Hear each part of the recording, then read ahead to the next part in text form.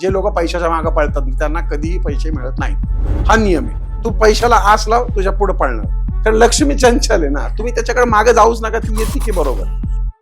जिवंत माणसांचे फोटो घड्याळ कॅलेंडर दक्षिण तोंड करून लावू नका. मित्रांचे फोटो हमखास तुम्ही उत्तर भिंतीला दक्षिणेकडे तोंड करून लावा. हे मी शुद्धीत सांगतोय. म्हणजे जोपर्यंत तुमच्या घरात तुमच्या आई वडिलांची सेवा घडणार ना, तोपर्यंत तुमच्या प्रत्येक विटेवर पांडुरंग कमरेवर हात उभा ठेवून उभा राहणार आणि तुमच्या घराचं पंढरपूर होणार. 90% सध्या फक्त आणि फक्त जेलसी, आणि जेलसी तुमचं कधीच कल्याण करू शकते. ती स्वतःला जाळते आणि समोरच्याला जाळते. त्याला नजर लागणे.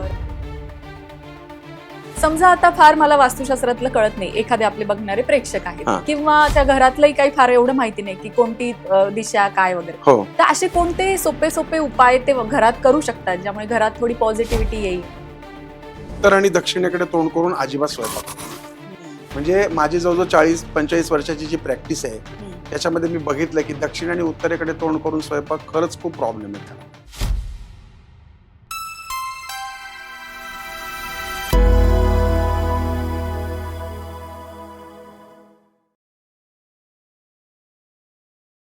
नमस्कार, लोकमत भक्तीच्या YouTube चॅनलवर आपलं स्वागत. मी कविता कुलकर्णी घेऊन आले आहे पुन्हा लोकमत भक्तीवरती एक नवीन पॉडकास्ट. मंडळी, काय झालं माहितीये, मागच्या महिन्यात मी सहकुटुंब ट्रिपला गेले होते. ट्रिप वरून जशी मी घरी आले ना, घराचं कुलूप उघडलं, दार उघडलं, माझी मुलगी मागून पळत आली, घरात शिरली आणि तिने काय केलं असेल, चक्क भिंतीला मिठी मारली आणि भिंतीची पप्पी सुद्धा घेतली. 9 वर्षाची आहे बरं का माझी मुलगी, पण तिची ही कृती बघून मला हसायला आलं. म्हटलं काय ग, काय झालं? ती म्हटली आई होम स्वीट होम. म्हटलं अगं, पण ट्रिपला जायचा हट्ट तुझाच होता ना, मजा नाही केली का तू ट्रिपमध्ये? मजा आली ग, पण घरी आल्यावर छान वाटलं. मित्रांनो, थोडक्यात काय तर आपल्या घरात आल्यावर जे समाधान मिळतं ते लहान मुलांना सुद्धा कळतं. मग घराचा आपल्यावर किती परिणाम होत असेल. आणि घराचं शास्त्र ते वास्तुशास्त्र, पण या वास्तुशास्त्राबद्दल भरपूर समज गैरसमज तर आहेतच. त्याचबरोबर जर वास्तुशास्त्राचे नियम पाळून आपल्या घरात खरंच पैशांचा पाऊस पडणार असेल किंवा आपलं प्रमोशन होणार असेल तर ते नियम आपल्याला माहिती असायला हवेत ना.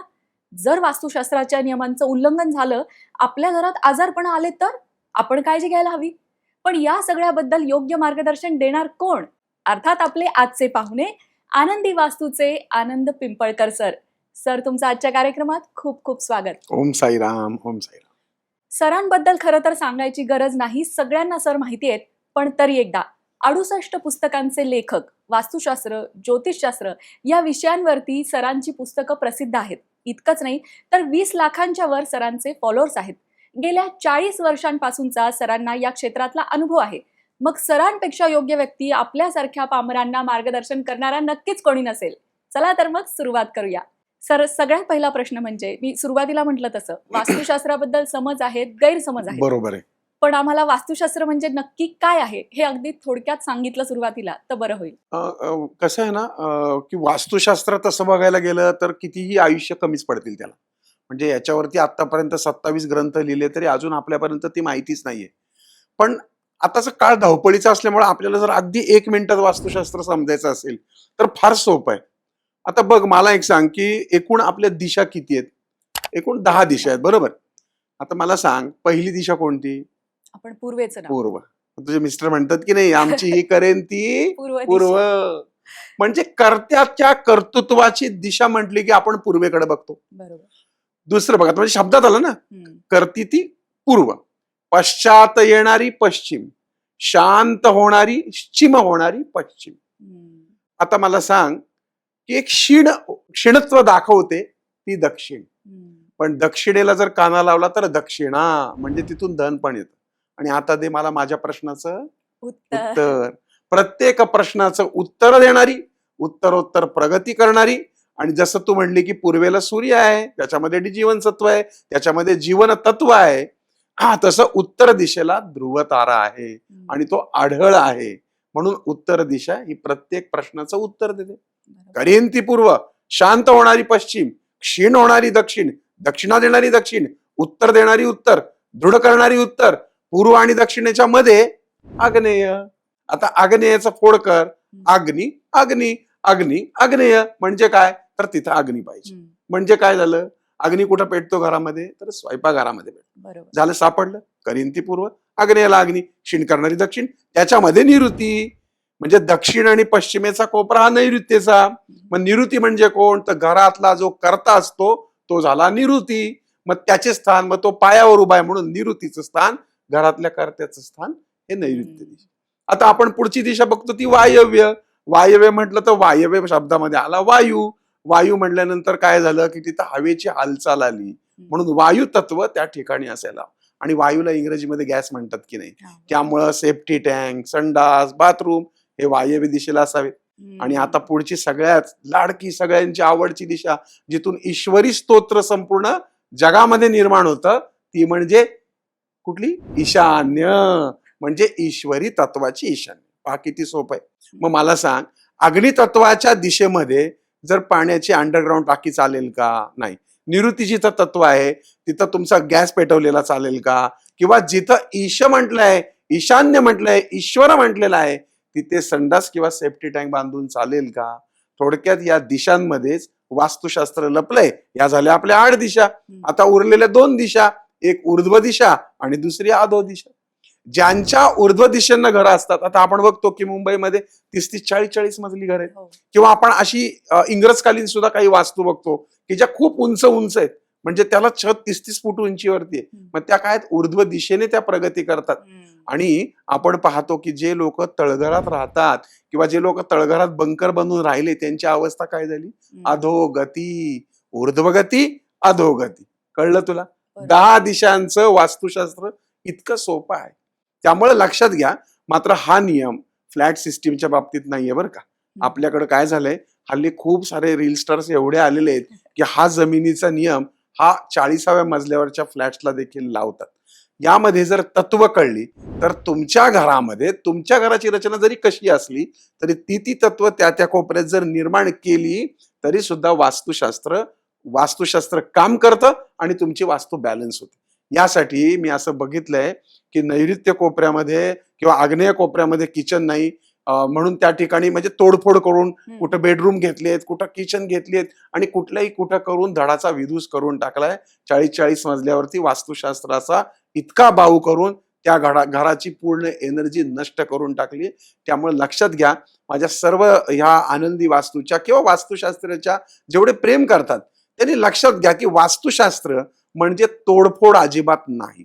तुमच्या घरामध्ये किचन आग्नेयाला नसेल तर ते फोडून त्या ठिकाणी आग पेटवायची गरज नाही. बरेच मंडळी असं सांगतात की त्या आग्नेय कोपऱ्यामध्ये तुम्ही एक दिवा पेटवा. अरे त्या आग्नेय कोपऱ्यामध्ये बेडरूम आहे, त्या बेडरूमला मोठमोठे पडदे लावलेले आहेत आणि ते पडदे लावलेले असताना त्या ठिकाणी तेलाचा तुपाचा दिवा लावला तर ते पडदे पेटणार नाहीत का? तत्व काय आहे? अग्नी. मग अग्नी तत्व ह्या लाईट्स मध्ये पण आहे ना. मग तुम्ही पूर्व भिंतीला एक लाल रंगाचा बल्ब लावू शकता, लाल रंगाचा चौकोन काढू शकता किंवा अग्नी तत्वाचं चित्र निर्माण करू शकता. हल्ली एवढे सुंदर सुंदर आयटम्स मिळतात, ज्याला आपण लटकन म्हणतो. त्या लटकन मध्ये असं काही असतं की आग पेटल्यासारखं दिसतं, अशा प्रकारचे कुंड दिसतात, तुम्ही अशा प्रकारचं टांगू शकता. नैऋत्य कोपऱ्यात थोडक्यात काय आहे की वास्तुशास्त्राच्या त्या दिशांना त्या दिशांची अनुभूती निर्माण करणं म्हणजे वास्तुशास्त्र. तोडफोड म्हणजे वास्तुशास्त्र नाही. अगदी सोपं करून सांगितलं तुम्ही.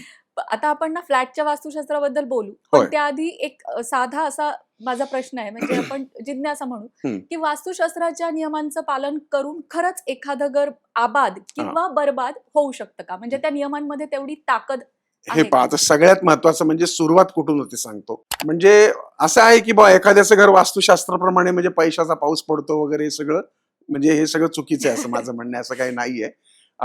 काय होतं की वास्तुशास्त्राप्रमाणे जर तुमचं घर असेल, अर्थात हे जमिनीचं वास्तुशास्त्र आपण बघतो, आपण फ्लॅटला नियम लावतो, हळूहळू आपण पुढे बोलतच जाऊ दे. ज्यावेळेस घरामध्ये खूप चांगलं वातावरण असतं, म्हणजे आता उदाहरणार्थ किंवा एका घरामध्ये पूर्वेकडनं सकाळचा सूर्यप्रकाश येतोय, तू पहा त्या घरामध्ये जर पूर्वेकडनं जर चांगला प्रकाश येत असेल तर तुम्हाला लवकर जाग येते. आणि पश्चिम दिशेकडनं येणारी हवा असेल तर तुम्हाला आपोआपच रात्री लवकर झोपण्याची इच्छा होते आणि तुम्ही आरामदायी जीवन तुमचं तयार होतं. ज्यावेळेस वास्तुशास्त्राच्या सगळ्या नियमांना त्या वास्तू सिंक्रोनाइज केलं जातं तेव्हा जो लवकर निजे लवकर उठे त्यासी धन संपत लाभ, म्हणजे ऑटोमॅटिकच एनर्जी वाटते. मग तुमच्याकडे अशी एखादी खोली आहे की जिच्यामध्ये उजेडच येत नाहीये, जिच्या भिंतींना ओल आलेली आहे, आणि आत गेल्यानंतर थोडीशी घुसमट किंवा गुदमरल्यासारखं होतंय, किंवा तिथं आत गेल्यानंतर तुम्हाला झापड येते आणि तुम्हाला सारखं झोपून राहावं असं वाटतंय. साधी गोष्ट आहे. म्हणजे त्या ठिकाणी पंचमहाभूतांचं अस्तित्व कमी आहे, म्हणजे उजेड नाहीये, अंधार आहे, थोडंसं कोंदटपणा आहे, आणि आपोआपच तिथं जर बेड असेल, तिथली जी तशी रचना असेल, तर माणूस तिथे झोपून राहील. आणि तो इतका झोपेल की त्याला कामाचा कंटाळा येईल, परत तो झोपेल, परत उठेल, परत आळस. मग त्याला ते कशी बरं लक्ष्मी प्राप्त होईल. म्हणजे थोडक्यात काय की पूर्वेकडनं येणारी ऊर्जा जर त्या घरामध्ये येत असेल तर त्या माणसांना जीवनसत्व मिळतं. पश्चिमेकडचा वरुण असेल, उत्तरेकडच्या ध्रुवताऱ्याची एनर्जी, ह्या सगळ्या गोष्टी माणसाला ऊर्जा देतात, बळ देतात, क्रिएटिव्हिटी देतात. कारण पिंडी ते ब्रह्मांडी. जर तो सूर्य आकाशात तळपतोय तर तो सूर्य डोळ्यामध्ये सुद्धा आहे. सूर्य हा जगत चक्षु, त्याच अस्तित्व तुमच्या हृदयामध्ये पण आहे. म्हणजे तुमचं मन म्हणजे चंद्र आहे, तुमचा मेंदू म्हणजे तुमची बुद्धी म्हणजे बुध आहे, तुमचे पाय म्हणजे तुमचे शनी आहेत.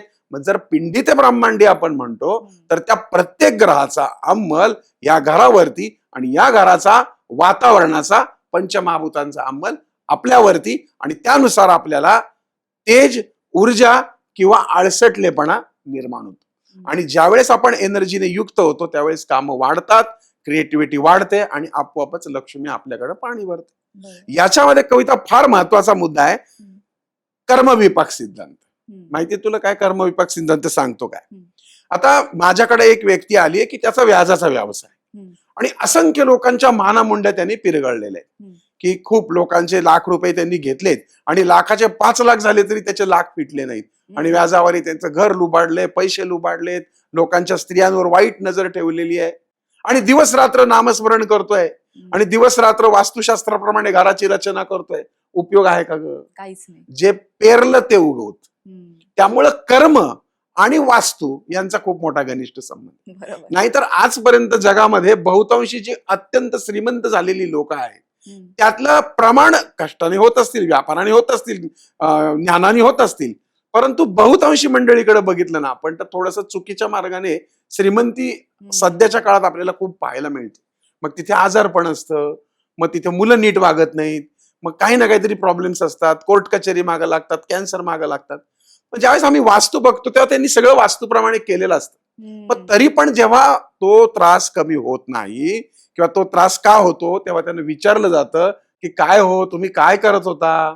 मग ते सांगतात आम्ही अमुक अमुक ठिकाणी अधिकारी होतो. मग माझी मेष रास असल्यामुळे मी पटकळ बोलतो की बरोबर आहे, ही कर्माची फळं आहेत, इथे वास्तू काहीही करणार नाही. वास्तू तुम्हाला बॅलन्स करते. जसं बँक बॅलन्स आपण टाकतो त्या पद्धतीने तुमच्या कर्माला सुद्धा वाचवण्याचं सामर्थ्य तिच्यामध्ये आहे. पण ती किती सामर्थ्य, किती ती वाचवेल? जर तुमची कर्मच एवढी फाटकी असतील तर ती कशी वाचवेल? त्यामुळे नुसतंच वास्तुशास्त्र नाही तर तुमचा कर्मविपाक सिद्धांत अधिक तुमच्या राशी सुद्धा तितक्याच महत्वाच्या असतात. म्हणजे आता चल फार कष्टाने, आता तुम्ही म्हणाल असं कसं बोलता गुरुजी, कष्टाने पैसा निर्माण केलाय, सगळं घर उभं केलंय, तरी पण घरात प्रॉब्लेम आहे. मग अशा वेळेस वास्तुशास्त्राप्रमाणे कष्टाचाही पैसा आहे, पण मग पत्रिका बघा. जन्मकुंडलीमध्ये जसं मी कर्म तुला सांगितलं की हे कर्म या जन्मातलं पण असतं आणि मागच्या जन्मातलं पण असतं. फार चित्रविचित्र घटना आपल्या जीवनात या जन्मात घडतात. कोणी कोणाच्या आयुष्यात येऊन त्याचं कल्याण करतं, तर कोणी कोणाच्या आयुष्यातून एखाद्याचं आयुष्य बर्बाद करतं. त्याची कनेक्टिव्हिटी पत्रिकेत बघितली तर लक्षात येतं की हा पूर्वजन्माचा कोणतरी शत्रू आला आणि त्यांनी याचं नुकसान केलं, आणि पूर्वजन्माचा कोणी कल्याणकारी आला आणि त्यांनी याचं कल्याण केलं. त्याच पद्धतीने प्रत्येक वास्तू ही तुमच्या कर्मात असायला पाहिजे. त्याचबरोबर तुमच्या पत्रिकेमध्ये जर तुम्हाला शनी महाराजांची 7.7 असेल, राहू केतूच्या जर महादशा असतील, पापग्रहाच्या महादशा असतील, तर पहिल्यांदा त्याचं निराकरण करायला. कळलं तुला? सुखी राहायचं, पैसा भरपूर, प्रतिष्ठा, सुख, समाधान मिळावं असं वाटतंय तर पहिलं काय? कर्म चांगलं असेल. दुसरं काय? या दिशांना त्या गोष्टींची एनर्जी पाहिजे. आणि अशा पद्धतीने पत्रिका चेक केल्यानंतर त्या पत्रिकातल्या दोषांचं परिमार्जन करायचं. मग वास्तू तुम्हाला रिझल्ट द्यायला सुरुवात करते. म्हणजे ज्योतिषशास्त्र आणि वास्तुशास्त्र यांचा घनिष्ठ संबंध. 100% ग्रह आणि गृह या एकाच नाण्याच्या 2 बाजू आहेत. नाहीतर तुम्ही वास्तूप्रमाणे घर करता आणि त्या घरात गेल्यानंतर एवढा त्रास चालू होतो, आणि मग का होतो कळतच नाही. त्यांना वाटतं नाही हे घर दोषी आहे, या घरात आल्यापासून आमचं नुकसान झालं. नाही, तुमच्या कुंडलीतल्या ग्रहांमुळे तुम्हाला त्रास होतो. म्हणून पहिल्यांदा तुमचं रांजण जे आहे त्याला कुठं बिळं असतील तर ती पहिली बुजून मग त्या वास्तूत हम्म. जायला पाहिजे, नाही तर ती जी येते एनर्जी ती सगळी वाहून जाईल. आता आपलं जे वास्तुशास्त्र आहे ते प्राचीन आहे, हो. पण आता आपल्याकडे नवीन वस्तू आल्या आहेत, भरपूर फ्रीज आले, हा. गाड्या आल्यात, घरात इतके लॅपटॉप्स आहेत, सगळं नवीन आहे. मग गॅजेट्स. हे सगळं जे सांगितलं जातं की कोणत्या दिशांना ठेवावं, तर ते कशावर सांगितलं जातं? आता काय माहितीये का की काळानुरूप प्रत्येक गोष्ट बदलली. आता आपण म्हणतो ना घरोघरी मातीच्या चुली आहेत का, हम्म. आता गॅसचा पण तुटवडा चालू आहे माहितीये ना. तर आता काही चुली नाही राहिल्या, मग गॅस, मग चुलीच्या ऐवजी आपण आता गॅस घेतला. हम्म. आता फ्रीज म्हटलं तर फ्रीज आतून थंड असतो, बाहेरून गरम असतो. हम्म. मग त्याला वास्तुशास्त्राप्रमाणे नियम लावला. तुझं म्हटलं गाडी, हम्म. पूर्वी होतीच की गाडी, पूर्वी रथ होते. हम्म. म्हणजे पूर्वी त्याला अग्निरथ म्हणायचे, बरं. किंवा घोड्याचा असेल त्याला वायुरथ म्हणायचे. हम्म. तर वायुरथ वायव्येला, अग्निरथ आग्नेयला, म्हणून तोच नियम आपण आता त्याच जुन्या वास्तूच्या नियमांना आपण चेंज नाही करत आहे. की बाबा थंड पाण्याची जर समजा तुम्हाला हे लावायचंय की नाही का, गार पाणी देतं ते असतं, हम्म. ते लावायचंय तर तुम्ही कूलर. ईशान्येला लावा. हम्म. ज्या कूलर्स म्हणा किंवा पिण्या पाण्याची काही वस्तू आपण करणार असेल तर ते ईशान्येला लावा. अग्नितत्व काही निर्माण करणार असेल तर ते अग्नीला लावा. जे खूप जड आहे ते नैऋत्येला ठेवा, जे हलकं आहे ते वायव्येला ठेवा. हम्म. बस हेच नियम आहेत, याच्यापेक्षा वेगळं असं काही नाहीये. याच्यामध्ये ना एक प्रश्न आता असा पण आहे, म्हणजे हा. बऱ्याचदा आम्ही जो कंटेंट टाकतो तर खाली लोक विचारतात हा. की फोटो पण कोणत्या, म्हणजे जिवंत व्यक्तींचे फोटो किंवा बरोबर मृत आहे. व्यक्तींचे फोटो, याच्याबद्दल खूप गोंधळ आहे. हम्म. आणि मग ते म्हणतात की पूर्वी कुठं फोटो होते, हा, मोठी लोक फक्त पेंटिंग वगैरे असायची त्यांची, बरोबर आहे. तर मग हे नाही, नक्की कोणत्या पूर्वी दिशेने? फोटो नव्हते असं कसं म्हणता येईल नाही का, म्हणजे फोटो नव्हते असं काही नाही. पूर्वी भित्तीचित्र आहेतच की. हा. जर तुम्ही एलोरा वगैरे गुंफांमध्ये जर गेला तर तिथं 2-2, 3-3 हजार वर्षांपूर्वीची चित्र आहेत. हम्म. आपल्याकडे साधं पुण्यामध्ये जे लेणं आहे, पुण्यामध्ये हम्म. जगली महाराज, तिथं सुद्धा कलर पेंट केलेले दिसतात आपल्याला. असं नाहीये, चित्र असतात. एक लक्षात घ्या, कोणतीही चित्र ही पाहिल्यानंतर मनाला आनंद वाटला पाहिजे. हम्म. म्हणजे आता पहा, अगदी लहानात लहान मुलं आहे, तुझी मुलगी आहे किंवा कोणी मुलगा आहे, मुलगी आहे, त्यांना जर शिवाजी महाराजांचं, छत्रपतींचं जर एखादं दाखवलं चित्रपट, तर त्यांच्यामध्ये तो आवेश तयार होतो. हम्म. हनुमान पाहिला की वेगळं वाटतं, शंकर पाहिला की वेगळं वाटतं. म्हणजे प्रत्येक मूर्तीमधून एक एनर्जी तयार होते. हम्म. आता समजा तुझं बाळ आहे, समजा तुझी कन्या असे समजा 9-10 वर्षाची आहे, आणि तिने कधी आयुष्यात साप पाहिला नाहीये किंवा हम्म. नाग पाहिला नाही. जिवंत साप आणि नाग तिच्या पुढे ठेवलं की तिला आपोआप भीती वाटते. हम्म. का तिने पाहिलाय का पूर्वी? नाही. तिला माहितीये का त्याच्यापासून काय होतं? तरी पण ती घाबरते. म्हणजे आत्म्याला ह्या गोष्टींची जाणीव असते. हम्म. काही गोष्टी पाहिल्यानंतर त्याच्यातून नकारात्मक ऊर्जा प्रस्फुटित होते आणि काही पाहिल्यानंतर आनंददायक ऊर्जा निर्माण होते. त्यामुळे देवतांची आणि जनरली बघा असा विषय आहे की तू हा जर कुठल्या दिशेला लावावे, हम्म.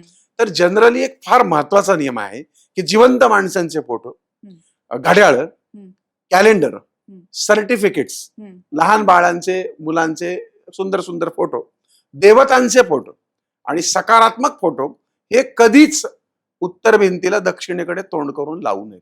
उत्तर भिंतीवर दक्षिणेकडे तोंड करून लावू नयेत. ओके. आता मला सांग, मी तुला मगाशीच सांगितलं की दक्षिणेकडे काय आहे? क्षीणत्व. हम्म. मग जर दक्षिणेकडे जर जिवंत माणसाचा फोटो लावला तर दक्षिण दिशेचा जर स्वामी यम आहे आणि तिथं जर यमपुरी आहे, तर त्या जिवंत माणसाचं तोंड कुठं लक्ष होतं? दक्षिण. यमाकडे होतं, यमापुरीकडे होतं. येऊ का रे बाबा, येऊ का रे बाबा, है ना? आणि तिथं जर घड्याळ लावलं हम्म. तर घड्याळाचं लक्ष सुद्धा त्या काळाकडे आहे. यम म्हणजे काळ आहे. मग तो म्हणतो तुझा काळ संपला, तुझा काळ संपला, तुझा काळ संपला. तू कॅलेंडर लावलायस, तुझी तारीख संपली, तुझी वेळ संपली, तुझा महिना संपला. हम्म. म्हणून दक्षिणेकडे क्षीण करायचेत का तुम्हाला महिने, क्षीण करायचेत का तुम्हाला वेळा, क्षीण करायचेत का तुम्हाला स्वतःला? हम्म. मग क्षीण कोण आहे घरात? जे गेलेत, आजोबा पणजोबा गेलेलेत, हम्म. त्यांना यमपुरीचा रस्ता बघू द्यात ना. मग त्यांना उत्तर भिंतीला दक्षिणेकडे तोंड करून लावावं. हम्म. याच्यावरती खूप सारे वादविवाद सुद्धा आहेत. आहे तेच. लोक म्हणतात की अहो दक्षिण भिंतीला उत्तरेकडे तोंड करून मृत व्यक्तींचे हा, फोटो हा. लावे. तसं नाहीये. आता मी समजून सांगतो, तर इथं कळणार नाही. तर विषय असा आहे की ही दक्षिण बाजू आहे, या दक्षिणेला पितरांचं स्थान आहे, मला मान्य आहे. पण हे पितर जे आहेत ते इकडे तोंड करून नाही बसले, ते इकडे तोंड करून बसले आहेत. कळलं? हम्म. हा उत्तरेचं ही उत्तर दिशा आहे, तर या उत्तरेचा कुबेर इकडे तोंड करून नाही बसला, तो तिकडे तोंड करून बसलाय. स्थान तेच आहे, तोंड तिकडे. स्थान हेच आहे दक्षिणेचं, पण तोंड तिकडे. तुला कळलं की नाही कळलं? बरोबर. तुम्हाला कळलं की नाही कळलं? लक्षात घ्या, जिवंत माणसांचे फोटो घड्याळ, कॅलेंडर दक्षिण तोंड करून लावू नका. पितरांचे फोटो हमखास तुम्ही उत्तर भिंतीला दक्षिणेकडे तोंड करून लावा. हे मी शुद्धीत सांगतोय, हम्म. अगदी शुद्धीत. कारण ते क्षीण झालेले आहेत, त्यांना यमापुरी बघू द्या, तुम्ही बघू नका. हम्म. फार मोठा गोंधळ हा. दूर केला सर. हो. कारण की सर्रास मला म्हणायचं. मला एक सांग कविता, आता हा. तू कितीतरी वर्ष बघत असशील, तू लहान असतील पूजा अर्चा करत असशील, हो. तुझ्या आईने दक्षिणेला तोंड करून पूजा मांडली का ग नाही, कधी? नाही. किंवा तुझ्या घरी येणाऱ्या गुरुजींनी दक्षिणेला तोंड करून गणपती बसवलाय, देवी बसवलाय, का नाही? बसवा की मग. पण मग दक्षिणेकडे तोंड करून पितरांचं तर्पण कसं चालतं पितरात? मग तिथं कसं श्राद्ध करतात? वास्तुशांतीत सुद्धा नांदी श्राद्ध करताना दक्षिणेकडे तोंड केलं जातं, का नाही उत्तरेकडे करत? मग तिकडे पितरांचं स्थान येतं. तर असे खूप सारे मिथ आहेत की बहुतांशी तज्ज्ञ लोक सुद्धा याच्यामध्ये अनभिज्ञ आहेत. हो. त्या श्लोकाचे अर्थ गैर लावले जातात. दक्षिण तर तिथे यांचं स्थान, पितरांचं स्थान 100%. तुला कळलं का मला काय हो. म्हणायचं? हे दक्षिण दिशा आहे, पितरांचं स्थान इकडे आहे, पण आतल्या दिशेने नाही, ते बाहेरच्या दिशेने. मग मी माझ्या घरात लावतो, मी घराच्या बाहेर थोडी लावणार, मी घरातच लावणार इकडे तोंड करून. पटलं की नाही पटलं? अगदी. अशाच पद्धतीने घरामध्ये जर तुम्हाला चांगल्या चांगल्या तसबिरी लावायच्या असतील, सलमान खान लावायचा का? आजकाल ही पोरं काय काय फालतू कुठले तरी वाकडे तिकडे हा. हातपाय करणारे नर्तक आणि नाचते चाळे लावतात. का बरं विवेकानंद नाही लावत? का बरं टिळक नाही लावत? काही नाही तर तुमचे आई वडील असतील, त्यांचे सुंदरसे फोटो असतील, त्यांनी तुमच्यासाठी काय केलं, हे लावले पाहिजेत, ज्याच्यातनं आपल्याला प्रेरणा मिळतात. नाहीतर मी आता बघतोय त्या रील स्टारचे सुद्धा म्हणजे हो. काय लोक आदर्श घेत आहेत. आणि आता मला असं वाटतंय की आता सध्याचा जो जमाना चाललाय ना, तो आहे ना प्रसिद्धीकडे झुकलेला आहे. यांना सिद्धी नकोय, यांना प्रसिद्धी हवी. आणि प्रसिद्धी ही फार काळ टिकत नाही. प्रसिद्धी एका चरम सीमेवरती येते आणि नष्ट होते. पण सिद्धी मात्र तुम्ही तुमच्या बरोबर आणि तुमच्या नंतर कित्येक वर्ष ती राहते. म्हणून अनेक मंडळी जे लोक कार्यक्रम बघतायत, ज्यांनी छोट्या छोट्या गोष्टींकडं, या फालतू गोष्टींकडं लक्ष न देता आपली ऊर्जा सकारात्मक गोष्टींकडे लावली, तर आपल्या वास्तूत सुद्धा प्रत्येक विटेवर पांडुरंग बसलेला आहे. बघ ना, आपला पांडुरंग कुठं बसलाय? विटेवर. मग आपण म्हणतो ना युगे 28 विटेवर उभा. मग ह्या घरातल्या, या स्टुडिओच्या, ह्या सगळ्या विटेंवर सुद्धा तो बसलेला आहे. मग आता तो का बसलाय बरं सांग? म्हणजे पांडुरंग का विटेवर बसलाय? कारण त्याला वीट फेकली. मग वीट कोणी फेकली? तर पुंडलिका भेटी परब्रह्म आले. मग पुंडलिक काय करतो? तर पुंडलिक येतोय तर आईबाबांचे पाय दाबतोय, आणि आईबाबांचे पाय दाबत असताना त्या तिकडे म्हणजे गाड झोपलेले आहेत. आणि आता पांडुरंग म्हणतो, ये आता माझं दर्शन घेतो. म्हणतो, अरे बाबा, त्यांचं डोकं माझ्या मांडीवर आहे, ते डिस्टर्ब होतील ना. मग एक काम करी, घे वीट, राहू बा तिथे. म्हणजे जोपर्यंत तुमच्या घरात तुमच्या आई वडिलांची सेवा घडणार ना, तोपर्यंत तुमच्या प्रत्येक विटेवर पांडुरंग कमरेवर हात उभा ठेवून उभा राहणार, आणि तुमच्या घराचं पंढरपूर होणार. क्या बात आहे सर. हाच कर्म विपाक सिद्धांत. बरोबर. हाच कर्म. किती मोलाचा सिद्धांत सांगितला तुम्ही की कितीही वास्तुशास्त्राप्रमाणे घर बनवा, ज्योतिषचे उपाय करा, पण जर कर्म स्वच्छ नसेल बरोबर तर फटके पडतातच. बरोबर आहे. आजही असं होतं कविता, थोडं तुला डिस्टर्ब करतो. नाही, नाही, आजही असं होतं की लोक 2 कोटीचं घर घेतात, 4 कोटीचं घर घेतात, आणि त्यांना प्रश्न पडतो की देवघर कुठं करायचं. स्वतःला फार 15 बाय 50 ची रूम असते, पण देवघरासाठी कुठेतरी किचन ओट्यात खाली वगैरे अशी जागा करतात. म्हणजे आई वडील कुठेतरी त्या वृद्धाश्रमात जरा, कारण आमच्याकडे जरा त्यांना सहन होत नाही म्हणे वातावरण. मग मला सांगा, काय उपयोग आहे त्या वास्तुशास्त्राचा? काय उपयोग आहे त्या उपासनांचा? मी तुम्हाला तेच विचारणार होते. देवघर, आता हल्ली फ्लॅटमध्ये तर देवघराला जागाच बनवत नाहीत बिल्डर लोक, पण आता वास्तूप्रमाणे ईशान्य दिशेलाच देवघर असावं असं म्हणतात. तर मग ते ईशान्येलाच का बरं असावं? ते बघा, आता जसं मी तुला मगाशी सुरुवातीला सांगितलं की ईशान्य हा ईशतत्वाशी संबंधित आहे. प्रत्येक गोष्टीला एक ठिकाण दिलं. तर मला लोक आडवं लावतात बरं का बऱ्याच. अहो, देव कुठं नाहीये म्हणतात, देव इथे आहे, तिथे आहे, तिथे आहे, तिथे आहे. अहो, मग सगळीकडे तर मग बाथरूम मध्ये ठेवता का? नाही ना ठेवत. म्हणजे त्याची पात्रता आहे, त्याची लायकी आहे, त्याचं मान आहे, त्याचा सन्मान आहे, त्याची ऊर्जा आहे, ती ऊर्जा त्याच ठिकाणी ठेवली पाहिजे ना. मग ईशान्य दिशा हा त्याच्या ऊर्जा स्त्रोताला ग्रहण करण्याचा फार मोठा क्षेत्र आहे किंवा केंद्रस्थान आहे त्या घराचं, त्या वास्तूचं. त्यामुळे त्या ठिकाणाहून त्या प्रकारच्या ऊर्जा मिळतात. म्हणजे उदाहरणार्थ जर आपण बघितलं तर पृथ्वी थोडीशी कललेली आहे, आणि पूर्वेकडनं जेव्हा सूर्याचा प्रकाश येतो तेव्हा तो त्या कोपऱ्यांमध्ये तो अल्फा गॅमा या काही गोष्टी आहेत त्या पद्धतीने तो पसरतो. त्यामुळे ईशान्येकडे मिळणारी ऊर्जा ही अतिशय उबदार आणि अतिशय प्रभावी असते. म्हणजे तुम्हाला एक साधासा उपाय सगळ्यांना सांगतो. ठीक आहे, जाऊ दे, तुमच्या घरामध्ये देवघर नसेल सुद्धा असं समजेल, पण ईशान्य कोपऱ्यामध्ये एक तुम्ही जर जलकुंभ ठेवला, म्हणजे चांदीचा गंगाजळ असलेलं, किंवा गंगाजळ सोडा, साधं पाणी तुम्ही ईशान्य कोपऱ्यामध्ये जमिनीवर ठेवलं तरी चालेल. त्याला झाकण लावून ठेवा आदल्या दिवशी रात्री, दुसऱ्या दिवशी सकाळी पहाटे उठा. अवघड काम आहे ना, पहाटे उठा. हा ठीक आहे, कामामुळे उठत असाल, पण बरीच लोक 9 शिवाय काही त्यांचा सूर्य उगवत नाही. पहाटे उठा, साधारणपणे इकडे सूर्य उगवायला लागला की पूर्वेकडे तोंड करून बसा. तुम्ही आदल्या दिवशी रात्री तो जो कलश भरून ठेवलेला आहे चांदीचा, बस तिथं फक्त बसायचे, पूर्वेकडे तोंड करून डोळे बंद करायचे. आता इडा आणि पिंगळा या 2 नाड्या असतात. आपल्या कुठली नाडी चालू आहे पहा, त्या पद्धतीने तो श्वास घेत असताना सतत ओंकाराचं स्मरण करा. फार वेळ घालू नका. म्हणजे अगदी 4-4 तास, अगदी क्षणभर, इतका क्षण असावा की तुमची कनेक्टिव्हिटी वरती पटकन लागली पाहिजे.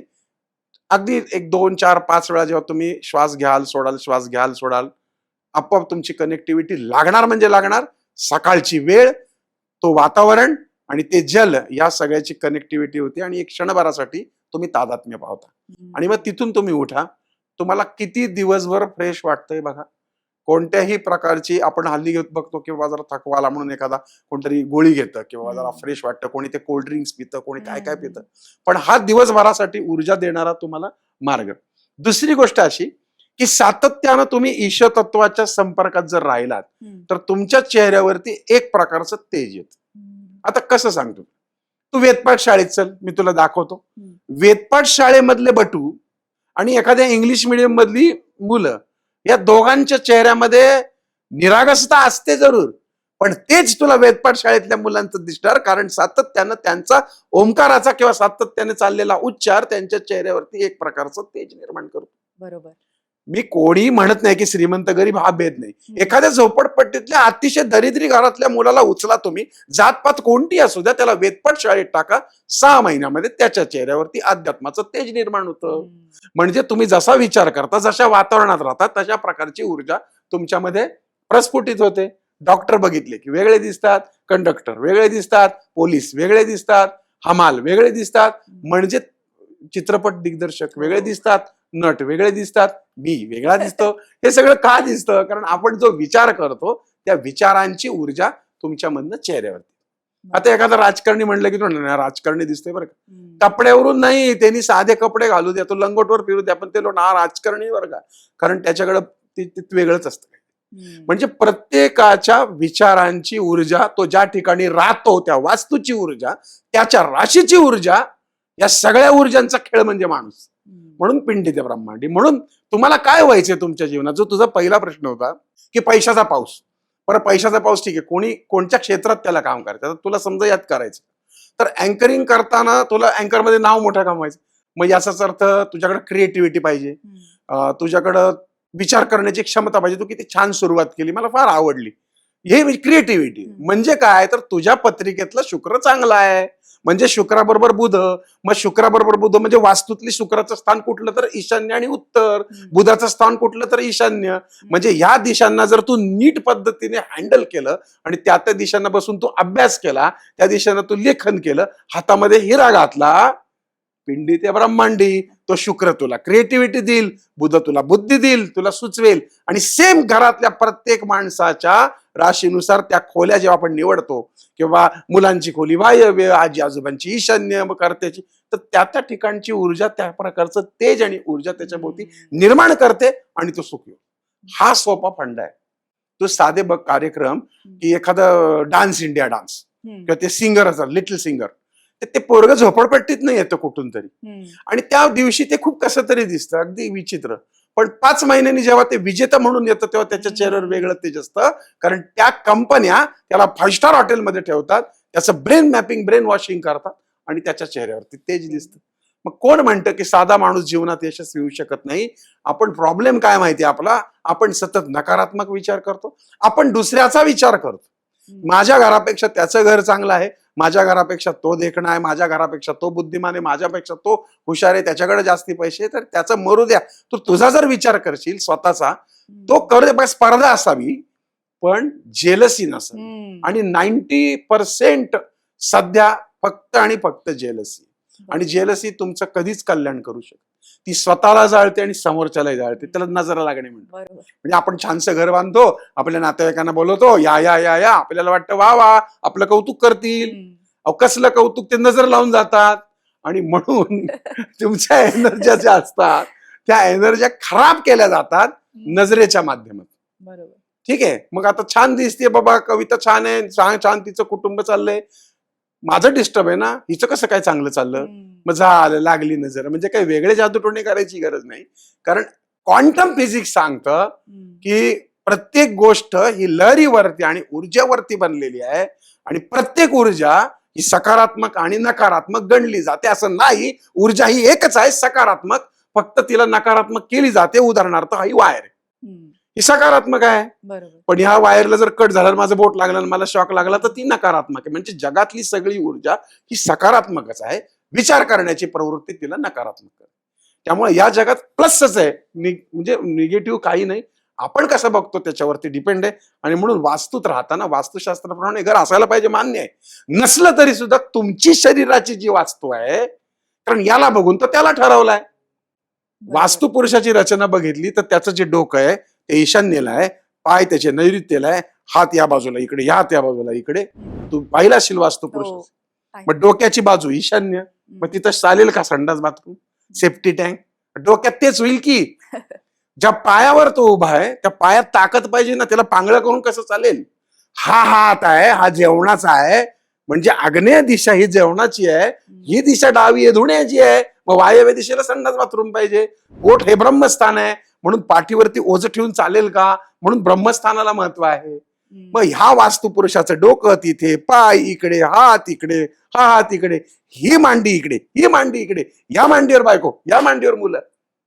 देवांचं चित्र पाहिलं तर या मांडीवर तुम्हाला पार्वती दिसेल, या मांडीवर गणपती दिसेल.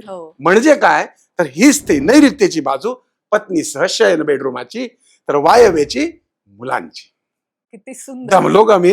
पण खूप सुंदर सांगितलं, म्हणजे अगदी शाळेत जाणाऱ्या मुलांनाही समजेल अशा. अगदी, आणि फार सोपं आहे वास्तुशास्त्र. एक क्लिष्ट करण्यात अर्थ नाही. आता तुम्ही हे केलं म्हणजे पाऊस पडेल, ते केलं म्हणजे माराल, असलं काही नसतं. हे सगळे मिथ आहेत, हे फसवलेल्या आणि फसवलेल्या गोष्टी आहेत. समजा आता फार मला वास्तुशास्त्रातलं कळत नाही, एखादे आपले बघणारे प्रेक्षक आहेत किंवा त्यांना त्यांच्या घरातलंही काही फार एवढं माहिती नाही की कोणती दिशा काय वगैरे, तर असे कोणते सोपे सोपे उपाय ते घरात करू शकतात ज्यामुळे घरात थोडी पॉझिटिव्हिटी येईल? बघा, सगळ्यात सोपा आणि पॉझिटिव्ह उपाय म्हणजे खिडक्या दरवाजे उघडा. म्हणजे घरात जेवढी ऊर्जा आतील तेवढं तुम्हाला छान वाटेल. आता हल्ली घरं इतकी जवळ जवळ झाली की या घरातनं त्या घरात दिसतं, म्हणजे उजेड येत नाही. शक्यतो अशी घरं निवडू नये. पण आता मुंबई सारख्या ठिकाणाहून तुम्ही जा कार्यक्रम बघताय तर मी काहीच करू शकत नाही, कारण घराला घर लागून असतं. मग एकच आहे की कुठेतरी टेरेस वगैरे असतं, कुठेतरी गार्डन असतं. असं नाही की तुम्हाला कोंडून ठेवलेले. त्या जेलमध्ये सुद्धा सकाळी बाहेर काढतात लोक प्रार्थनेसाठी. म्हणजे थोडक्यात काय की तुम्ही सगळ्यात पहिला सोपा उपाय, सकाळी उठल्यानंतर कर्म, पहिला कर्म म्हणजे मी प्रार्थना करेन की परमेश्वरा, यापूर्वी मी असंख्य आत्म्यांची, जन्मजन्मांतरी दुखवलेल्या आत्म्यांची मी माफी मागतो, आणि इथून पुढे मी कोणाला दुखावणार नाहीचा प्रयत्न करतो. आणि आजचा दिवस तू माझ्या बरोबर आहेस. जमिनीला हात लावून नमस्कार करतो, नाही का, जमिनीला आपण प्रार्थना करतो. नमस्कार करून आपल्या थोडस सूर्यप्रकाशात जावं, पाणी प्यावं, आणि मग रोजच्या कर्मामध्ये सत्कर्माची सुरुवात केली की झालं. वेगळं काय करायची गरज आहे. सातत्यानं सकारात्मक विचार हा तुमच्या आयुष्याचं कल्याण करतो. हा पहिला उपाय. दुसरा उपाय काय आहे की तुमच्या घरामध्ये, जसं मी म्हटलं, उजेड पाहिजे. ठीक आहे, आता उजेड नाही तर तुमच्या घरामध्ये जर कोंदट वास येत असेल, कुबट घाण वास येत असेल, तर त्याच्यावरती पहिला मार्ग काढला पाहिजे. म्हणजे तुम्ही उदबत्ती लावा, धूप लावा, किंवा हल्ली स्प्रे मिळतात. तुम्हाला धुराचा त्रास होतोय, उदबत्त्यांमध्ये बांबू असतो, द्या सोडून, स्प्रे लावा, वेपोरायझर आहेत, खूप साऱ्या आयुर्वेदिक गोष्टी आहेत ज्या आमच्या पूर्वजांनी निर्माण करून ठेवलेल्या आहेत. कापूर आहे, भीमसेनी कापूर आहे, खूप गोष्टी.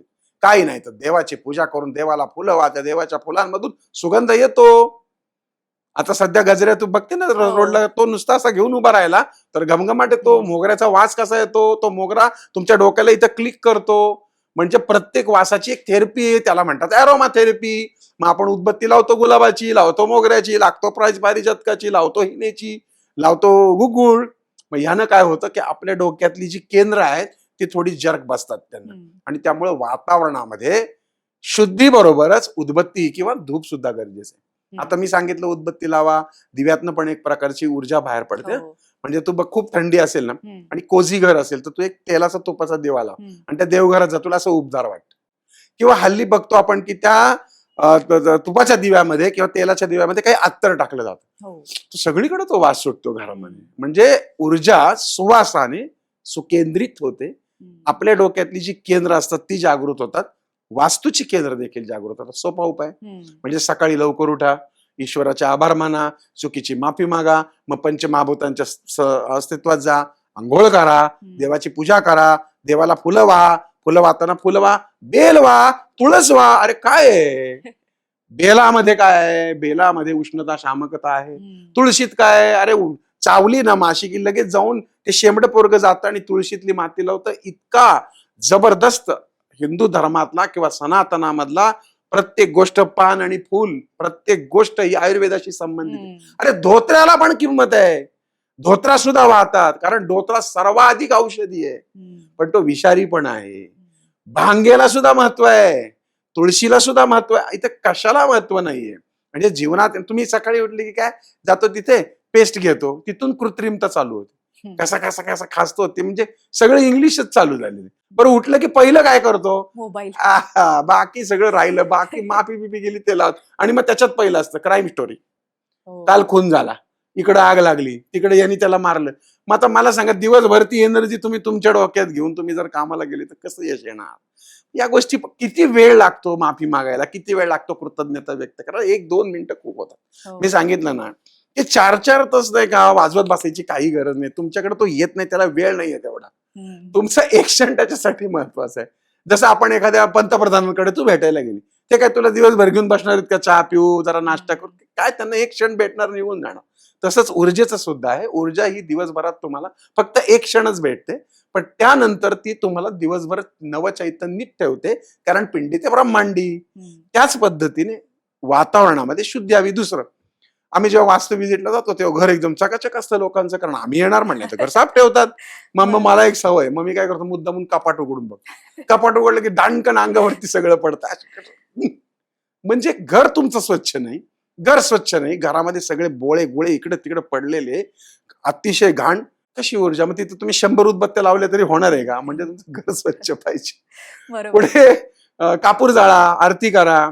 मी नेहमी म्हणतो ना, पिंडी ते ब्रह्मांड, पिंडी ते ब्रह्मांड, पिंडी ते ब्रह्मांड. हा पिंड, हा वास्तू पुरुष. लावा ना गंध कपाळाला.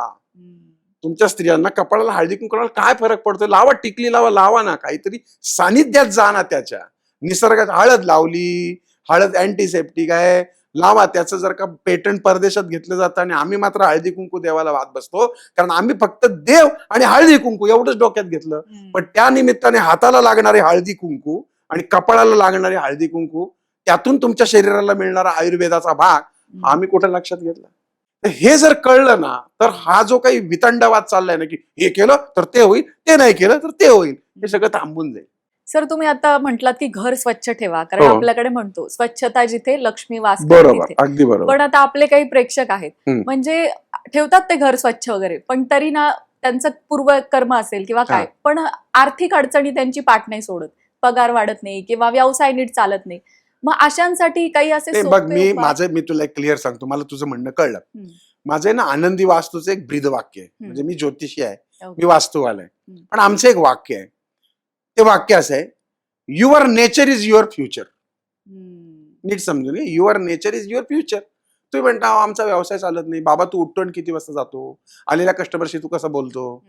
आज माझ्या समोरचा जहा ना पोहोचे बैलगाडी, बा पोहोचे मारवाडी. बा तिकडून आला, काही नव्हतं, लोटा घेऊन आला आणि आता करंडे भरून पैसे त्याच्याकडे. अरे पण तो 4ला उठतो, तो रात्री 12ला दुकान बंद करतो, तो जेवता जेवता कस्टमर बघतो. इथं आम्ही दुपारी 1ला बंद करतो आणि 5ला उघडतो. म्हणजे त्यानं दिलेल्या चहात माशी पडली तर तो म्हणतो सेट माफ करना, गलती हो गई, आज जाऊन गरम करून तोच चहा आणतो. आणि आपला माणूस म्हणतो 10 रुपयात चहात माशी नाही तर काय हत्ती पडणार आहे का. म्हणजे थोडक्यात काय की your nature is your future. म्हणजे ज्या माणसांना असं वाटतं की मला माझ्या व्यवसायात यश येत नाही, त्यांनी स्वतःचं चिंतन आणि आत्मपरीक्षण करावं. त्याला नक्की कळेल की आपलं कुठं चुकतंय, आणि त्या चुकांवर त्यांनी पांघरून न घालता पांघरून उघडलं तर त्याला कळेल की हा आपण इथे चुकतो. म्हणजे तुम्हाला कोणतंही उदाहरण विचार, मी तुला लगेच सांगतो की ते इथं चुकतंय, त्यामुळे हे असं होतं. पैसे वगैरे ना, जे लोक पैशाच्या मागे पळतात त्यांना कधीही पैसे मिळत नाहीत, हा नियम आहे. तू पैशाला आस लाव, तुझ्या पुढे पळणार. कारण लक्ष्मी चंचल आहे ना, तुम्ही त्याच्याकडे मागे जाऊच नका, ती येते की बरोबर. म्हणून तर काय म्हणतो आमचा कृष्ण, कर्तव्य करत राहा, कर्म करत राहा, पण ते कर्म चांगलं करा. आता मी ज्योतिषी, मी वास्तूवाला आहे, मी तुझ्या घरी आलो, मी बघितलं वा वा वा कुलकर्णीबाई पैसेवाले, चला ही वस्तू द्या, ती वस्तू द्या, लुटा फसवा. मी काय केलं, माझं कर्म बिघडवलं ना, मग त्याच्यातनं माझं काय चांगलं होणार आहे का, नाही, वाईटच होणार आहे. तसंच हा सगळा प्रकार आहे. सगळा खेळ कर्माचा आहे, सगळा खेळ स्वभावाचा आहे. Your nature is your future. दृष्टिकोन म्हणून बस, दृष्टी बदलला, दृष्टिकोन बदला, सगळं जगाची दृष्टी बदलते. आता आपण सुरुवातीला म्हटलो होतो की घराचं, हा. फ्लॅटचं आणि जमिनीचं वास्तुशास्त्र वेगळं वेगळं असतं. आता बरीचशी जनता फ्लॅटमध्ये राहते, हो. तर त्या फ्लॅटच्या वास्तुशास्त्राचे नियम काय वेगळे असतात? बघा आता मूळ आहे ना, हा फार मोठा गल्लत करतात लोक. काय करतात की फ्लॅट घेतला की त्याला पूर्व पश्चिम करतात, त्या फ्लॅटमध्ये ब्रह्मवास्तू शोधत बसतात. अरे अरे अरे अरे अवघड काम आहे हे सगळं. असं नाही चालत. मी जसं म्हटलं की एक वास्तू आहे, त्या वास्तूचा एक वास्तुपुरुष आहे जो झोपलाय, ज्याचं डोकं तिकडे पाय तिकडे. म्हणजे आता उदाहरणार्थ मी एक बिल्डिंग बांधतोय आणि ही अशी चौकोनी बिल्डिंग बांधतो. इकडे एक फ्लॅट, इकडे एक फ्लॅट, इकडे एक फ्लॅट, इकडे एक फ्लॅट. हम्म. ही बिल्डिंग, हा प्लॉट, या प्लॉटचा वास्तुपुरुष. मग त्याच्यावरती असलेली ती त्याची बाळ आहेत. म्हणजे तो मूळ वास्तुपुरुष आणि त्याच्यावरती ती छोटी छोटी वास्तुपुरुष त्याची बाळ बसलेली आहेत. त्यामुळे मूळ नियम तो जमिनीला लावणं.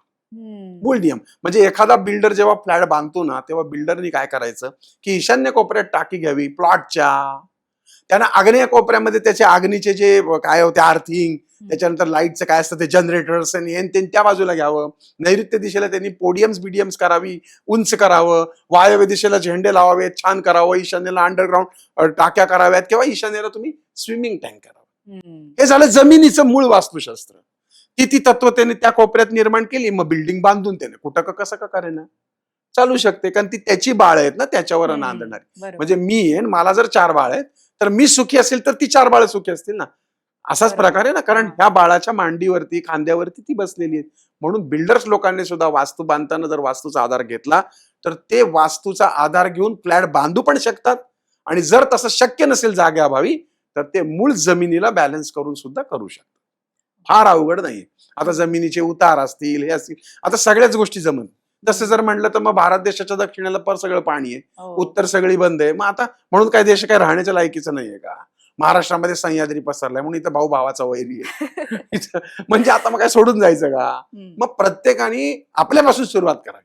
मी माझं घर करतो, तू तुझं घर कर, तो त्याचं घर करेल, तो त्याचं करता करता मी गाव करेन, मग गावाचा मी जिल्हा करेन, जिल्ह्याचा मी तालुका, तालुक्याचा मी राज्य करेन, राज्याचा मी देश करेन. म्हणजे वास्तुशास्त्र किंवा कोणतंही शास्त्र हे तुमच्यापासून सुरुवात करा म्हणतं ना. मी दिवा लावेन, मग तू लाव, मग तो लावेल, मग तो लावेल, असं करता करता तो प्रचार होईल चांगल्या गोष्टींचा. मग आमच्याकडे सण केले, आता तू लावणार ना हळदी कुंकू लोकांना, का बाई दे वाण घे वाण. म्हणजे हे बाई तुला लावते हळदी कुंकू, तू लाव मला, तुझं सौभाग्य आनंदी राहू दे, माझंही सौभाग्य आनंदी राहू दे, पण आधी तुझं राहू दे. मग ती म्हणते नाही तुझं पण राहू दे. ही जी भावना आहे ना, ही फक्त आणि फक्त या भारत देशामध्येच आहे. आणि म्हणून संतांचं प्रमाण या भारतामध्ये जास्त आहे. महाराष्ट्रात का जास्ती, त्यातल्या त्यात संतांचं प्रमाण जास्ती. ज्ञानेश्वरी असेल, तुकाराम गाथा, हे सगळं जास्ती. इथं वीरांचं सुद्धा वास्तव आहे. इथले वीर कधीच चुकले नाहीत. वीर तसे उत्तरेत पण होते, वीर राजस्थानात पण होते, पण प्रत्येकांना आपल्या घरातल्या मुली द्याव्या लागल्या. इथं मात्र तसं कधीच झालेलं नाही. म्हणजे या मातीचा तो गुणधर्म आहे. पण इथे भाऊ भावाचा वैरी होतो, कारण हा या मातीचा दुर्दैव आहे. म्हणजे रामायणातली एक गोष्ट आहे, मला वाटतं मी फार बडबड करतोय, पण आता तू दिलीस कॅसेट टाकून तर मी आता हे बघणार नाही माझं काय चालू आहे. काय झालं, रामायणामधली कथा आहे की ज्या वेळेस ते वनवासाला निघाले, वनवासाला निघाल्यानंतर सगळं मजल दरमजल करत करत इथे दंडकारण्यात तुझ्या नाशिकला आले, पंचवटीमध्ये ते आले. आल्यानंतर रोजचं काम होतं त्या लक्ष्मणाचं की जायचं, झाडं तोडून आणायची, खाऊ आणायचं, कंदमुळं, आणि ती रोजची सेवा ते अनेक वर्ष करत होते. निघाले होते तिकडून तसे, आणि इकडे आपले इथे आले नाशिक पंचवटीमध्ये. आणि 4-5-10 दिवस झाल्यानंतर लक्ष्मणाला वाटलंय काय चाललंय, मी माझी बायको सोडून आलो, हा याच्या बायको बरोबर, मी बाहेर झोपतो, मी सगळं करून आणतो, हे आपलं मी पाणी आणायचं, मग यांनी पूजा करायची, मरदे म्हणलं आता असं करायचंच नाही, आता उद्यापासून बंद सगळं. दुसऱ्या दिवशी महाराज उठलेच नाही. राम आपले उठले, बघितलं लक्ष्मण झोपलेला आहे, त्याच्या कपाळाला हात लावला, गरम तर काय, म्हणजे अंग तर काही गरम लागत नाही, बरं आहे त्याला. आता ते रामच ना, त्यांना कळलं की काय गडबड झाली, असंच जाऊ दिलं. मग रामाने सगळंच केलं विचारे. एक 15-20 दिवस झाल्यानंतर शेवटी ते म्हणतात ना, कर्माची उपरती लक्ष्मणाला झाली, आणि लक्ष्मण अतिशय रडवेला होऊन रामापुढे गुडघे टेकले आणि दोन्ही हात वर करून म्हणला, परमेश्वरा प्रभू रामचंद्रा, मला माफ कर रे बाबा, म्हणला फार मोठी चूक झाली, मी तुझ्या सेवेसाठी सगळी योजना सोडून तुझ्याकडे माझी बायका पोरं सोडून आलो, पण का रे मला असं व्हावं म्हणलं. दोघं भाऊ फार ढसाढसा रडले एकमेकांना, त्याने जवळ घेतलं, मिठी मारली, आणि ते म्हणाले, लक्ष्मणा हा तुझा दोष नाही, हा या मातीचा दोष आहे, ह्या मातीमध्ये भाऊ भावाचा वैरी होतो. हे नवीनच कळालं. हो, हे तुलसी रामायणात बकायदा लिहिलेलं आहे. अच्छा. मला ह्याच्याहून एक मला नेहमी गंमत वाटते, चंबळचं खोरं म्हणल्यानंतर तुला काही विद्वान दिसतात का तिथं? का नाही दिसत? चंबळचं खोरं म्हणलं की डाकू डोळ्यासमोर आहे. डाकू. आपल्या इकडे प्रभात रोड म्हणलं की काय दिसतं? श्रीमंत लोक. हो. आपल्या इकडे सदाशिव पेठ म्हणलं की काय दिसतं? थोडेसे किचकट लोक दिसतात, थोडेसे चिकित्सक लोक. म्हणजे त्या वास्तूंचा परिणाम तिथल्या राहणाऱ्या लोकांवर होतो का नाही होतो, बरोबर. हेच गणित आहे इथे सगळं. अशी आहे गंमत. तर मग त्यामुळे तू बघ, या महाराष्ट्राच्या मातीतला कोणताही माणूस देशाचा पंतप्रधान अजून तरी काय झालेला नाही. खरंच नाही हा, झालं. आता कोणी नाही, राष्ट्रपती नाही का झाल्या प्रतिभाताई पाटील, अहो पण त्यासाठी त्यांना राजस्थानची सून व्हावं लागलं. खरंच. काय की नाही, पंतप्रधान झालाय का? म्हणजे इथं बघा ना, कोणी पुढे गेला की अहो प्रत्येक घरात भाऊ भावाचा वैरी आहे. काय करणार त्याला? नाही, या गोष्टीवर खरं मी पण विचार केला होता, कारण उत्तरेतले सगळे किल्ले शाबूत आहेत. शाबूत आहे. आपले किल्ले म्हणजे गेले. शत्रूंच्या कितुरी हम्म. कितुरी हा, दक्षिणेकडे पण बऱ्याच गोष्टी शाबूत. म्हणजे जमिनीचा गुण. हो, जमिनीचा गुण. हा म्हणून तुला उदाहरण दिलं ना, की प्रत्येक पेठेचं महत्व आहे ना. कसबा पेठ म्हणलं की थोडासा मग आता जमिनीवरचं घर असेल हा. तर त्याच्यात कोणती गोष्ट महत्वाची बघावी आधी? बघा, आता जमिनीवरचं घर असेल तर सगळंच बघायला पाहिजे वास्तूप्रमाणे. म्हणजे आग्नेयाला काय अवघड काय, तुम्ही घरच बांधताय ना, तुमचा रस्ता कुठल्याही दिशेला आहे. आणि खरं सांगू का, आता पूर्वीसारखं काही अवघड नाही राहील. मोबाईल आले, तुमचं जीपीटी आलंय, हे आलंय, ते आलंय. तुम्ही द्या की जीपीटीला माझं इतक्या बाय इतक्या मला वास्तुशास्त्र, ते देईल तुम्हाला 2 मिनिटात बनवून. तो आर्किटेक्ट बघा एखादा, तो करेल. मला सांगा, तुम्ही खर्च करणारच आहे ना, तर मग करा की वास्तूप्रमाणे. येऊ दे की ईशान्येला देवघर. आता काय असतात ना, आम्हाला ग्रहणात कापायचं. अरे कापा ना, काय फरक पडतो? आम्हाला ग्रहणात कापायचं, मग त्याचे व्हिडिओ. अरे काय म्हणजे काय चाललंय, टाका ना. काय कुठं म्हटलंय का असं किंवा ते केल्यावर वाटोळ होतं? हे बाबा करू नका, तुमचं लक्ष विचलित होऊ नये म्हणून या गोष्टी सांगितल्या. पण वेगळंच अर्थ धरायचा आणि वेगळंच पिसत बसायचं.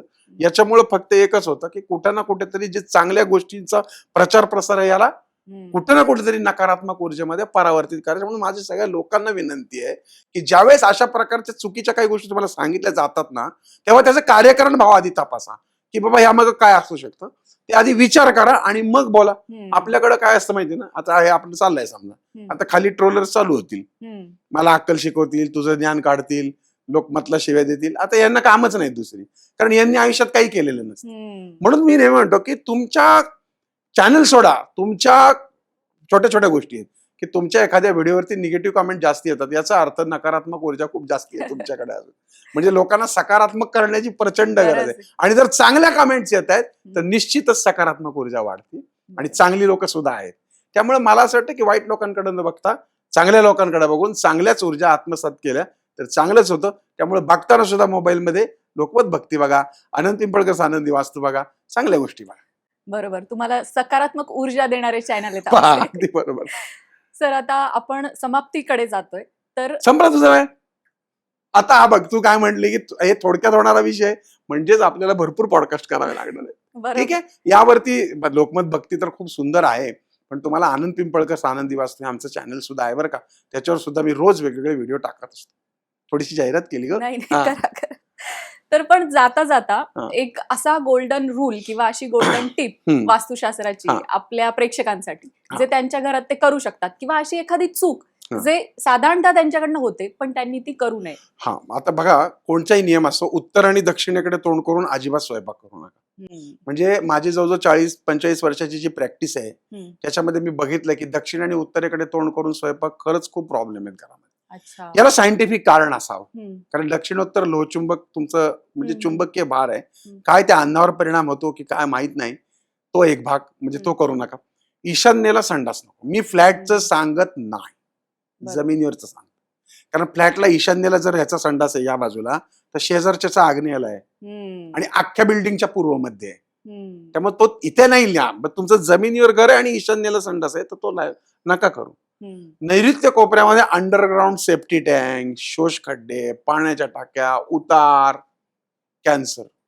मी माझी पुस्तक आहे, माझा आनंदी वास्तू, त्या पुस्तकामध्ये म्हणजे पहिल्या आवृत्तीपासून आतापर्यंत मी या 4 गोष्टींना 100% विरोध केलाय. म्हणजे मी आजपर्यंत तोडफोडीला विरोध करतो, नका तोडफोड करू, पण नैऋत्येची टाके मी बुजवायलाच लावतो. उत्तर दक्षिणेचा ओटा मी पूर्व पश्चिमच करायला लावतो. ह्या गोष्टी पाळल्या पाहिजे. आणि नेहमीप्रमाणे कर्म चांगलं ठेवा. ईश्वरी पूजा अर्चना, उपास तापास, जप जाप्य, पूर्वजांनी सांगितलेले रीतिरिवाज परंपरा याचा बाऊ न करता करा. म्हणजे आमच्याकडे बघा, अहो ते गुरुजी देवाला ओळख होते आणि दिवा विजला. आता काय मराठी पिक्चर आहे, दिवा बंद झाला माणसं मारतात.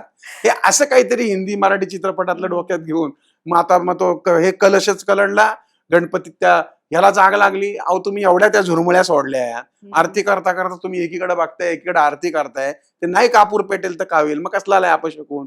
मग कोणाला तरी विचारणार, मग तो म्हणा हो फार मोठा अपशकून, तुम्हाला खर्च करावा लागेल. मग तो खर्च म्हणजे असं सगळं काहीतरी चाललंय. हे कुठेतरी थांबलं पाहिजे. आणि लोकमत भक्ती तुम्ही ज्या माध्यमातून इतकं सुंदर काम करताय, मी लोकमतला आणि तुमच्या लोकमत भक्ती चॅनलला खरंच धन्यवाद देतो.